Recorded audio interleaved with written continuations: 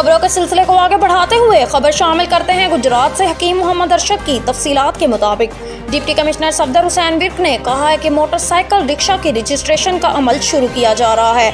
चिंची rickshaw को 4 माह के लिए आरसी नंबर अलॉट किया जाएगा। महकमा ट्रांसपोर्ट के वाज़ा करदा SOPs पर अमल दरामद और विक से फिटनेस सर्टिफिकेट के असूल के बाद महकमा एक्साइज मोटरसाइकिल रिक्शा को मुस्तकिल नंबर जारी करेगा। RC number secretary regional transport authority allot करेगा। आरजी रजिस्ट्रेशन जनवरी के पहले हफ्ते से शुरू होगी। इन ख्यालात का इजहार उन्होंने रीजनल ट्रांसपोर्ट अथॉरिटी के इजलास की सदारत करते हुए किया।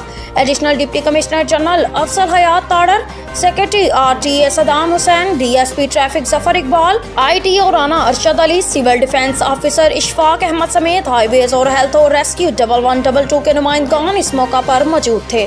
डिप्टी कमिश्नर सफदर हुसैन विर्क ने कहा कि मोटरसाइकिल रिक्शा की आरजी रजिस्ट्रेशन के लिए लारी अड्डा में कायम मोटर व्हीकल एग्जामिनर के दफ्तर में रजिस्ट्रेशन सेंटर कायम किया गया है।